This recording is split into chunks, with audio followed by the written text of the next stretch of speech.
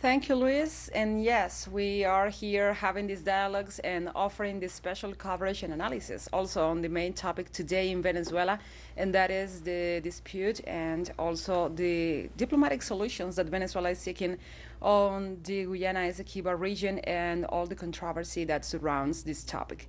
For that end, and to that end, I receive Vijay Prashda. I said that correctly? Yes, absolutely. Thanks. Yeah. Okay, who is an international analyst and who is also an expert and is going to talk to us on these topics and matters. Be welcome. Thanks a lot. It's great to be here. Yeah. Okay, it's great for us too.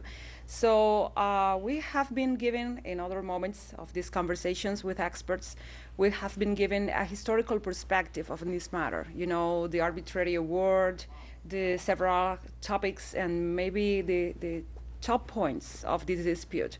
But let's give a more contemporary approach. So, today, 2023, in the end of 2023 also, the Guyana government, so the Guyana government is presenting this denounces on Venezuela on before the International Justice Court or the Court of Justice, and is taking a hostile approach on the matter of this dispute. What do you have to say on the real reasons and the real who's and the real whys of this dispute and this approach? Well, it's important to recognize that in most parts of Africa, Asia, and Latin America, there are legacy colonial histories regarding borders. Most countries on the African continent, for instance, were not produced out of a normal historical process. They were a result of the Berlin Conference of 1884-85, where the European powers came in and drew boundary lines. That sets in motion the possibility of conflicts between countries, because they don't have what you might think of a long process of developing their national boundaries. These were written or drawn by somebody else.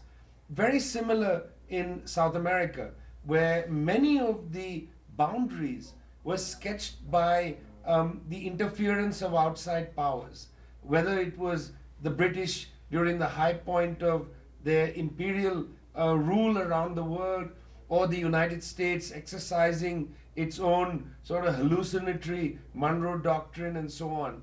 So one of the issues in play is the fact of a colonial legacy, which we all have to deal with.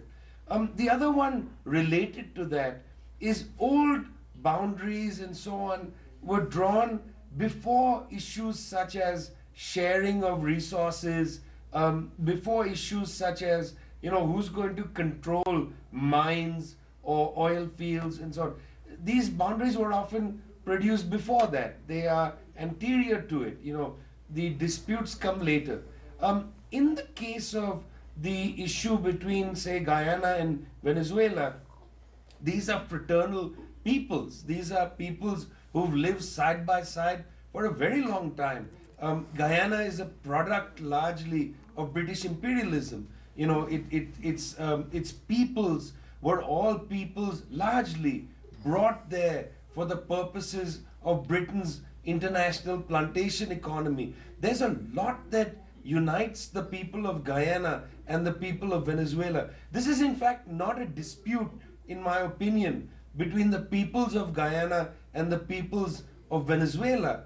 It's an interesting dispute because this dispute is largely one that has been driven by one of the world's largest oil companies, and that's ExxonMobil. Last year made a profit of $56 billion.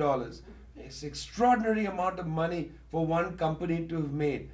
ExxonMobil, before that Esso, Standard Oil, has had a long history of utilizing its own money power, but then its relationship to the US government, the full force of the US military, of the US diplomatic services and so on, to exercise its unnatural power over South America. And so this is more a conflict of the people of Venezuela and Guyana against ExxonMobil rather than a conflict between the people of Venezuela versus the people of Guyana? Precisely, you were speaking of the military support that ExxonMobil is receiving, whereas directly or indirectly. And you know, there is an interesting fact.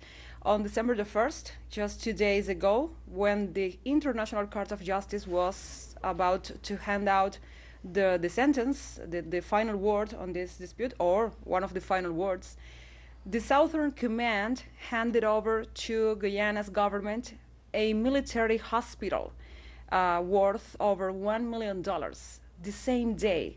The same day they were granting another award, they were granting another gift to Guyana's government, which is the underbelly of this. Well, you know, we know that the United States, using its military power, has for a long time tried to subdue countries in South America over things like resources, you know, oil and so on.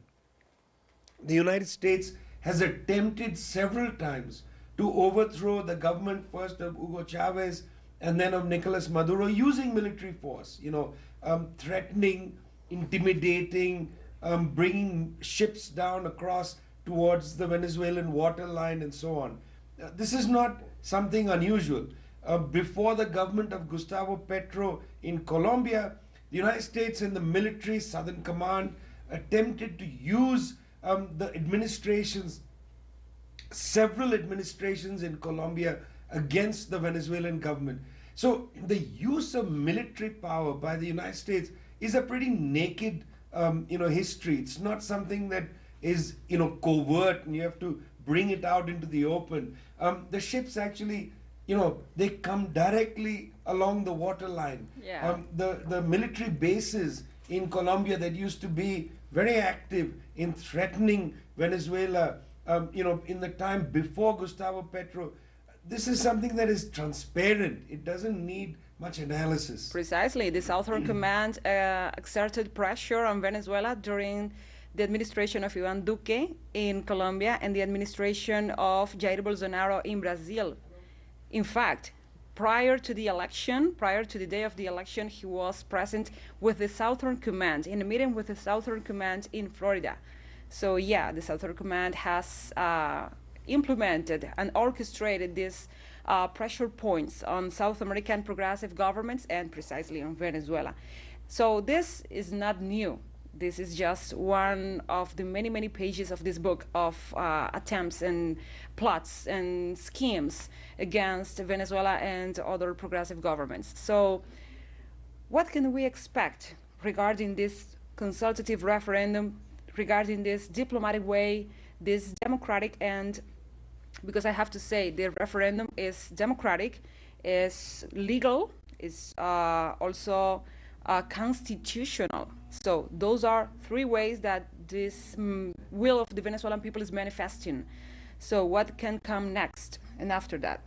Well, it's important to recognize that the United States and ExxonMobil have assisted the current government in Guyana to fight and prosecute the case for their claim to that region. It's also interesting that the actual agreement between the government of Guyana and ExxonMobil is really, really bad for the Guyanese people.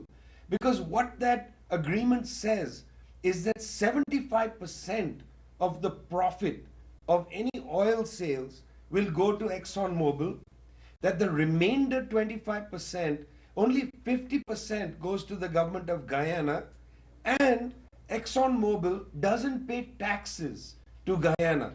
So basically, this is ExxonMobil hiding behind the government of Guyana to put pressure and make profit from Venezuela. Guyana is actually not a beneficiary of this claim. The principal beneficiary of this claim is ExxonMobil. And I want to say something about ExxonMobil that's important. When Venezuela decided to renationalize oil, you see, Venezuela has an interesting history with the nationalization of oil. Perez first nationalizes oil in the 1970s, and then privatizes oil for the most part in the 1990s. Hugo Chavez renationalizes the oil in 2007. And one of the companies that resisted the renationalization of oil was ExxonMobil.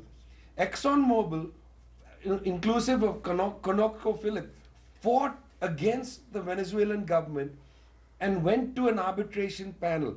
ExxonMobil demanded $10 billion from Venezuela as compensation for the renationalization. And in my view, ExxonMobil, unable to win against the Venezuelan government, the arbitration panel only gave ExxonMobil 1.6 billion, a little more than 10% of what they wanted. But as a consequence of that, ExxonMobil starts a pressure campaign via Guyana.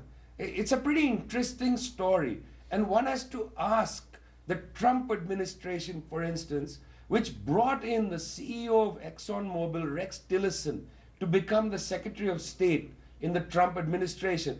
And Tillerson plays a key role in putting the pressure on via Guyana against Venezuela. So I really want to clarify this, that this is really not a conflict between Venezuela and the Guyanese people. This is decidedly a conflict between the Venezuelan and Guyanese people on one side and ExxonMobil on the other. Because even if Guyana, quote unquote, is able to consolidate control over that territory, the Guyanese people do not benefit from the deal. I'm going to stop you there, Vijay, and we are going to retake the conversation in a second moment, because now we have to take back the signal to Havana. So back to you, Luis, and I hope you'll be well.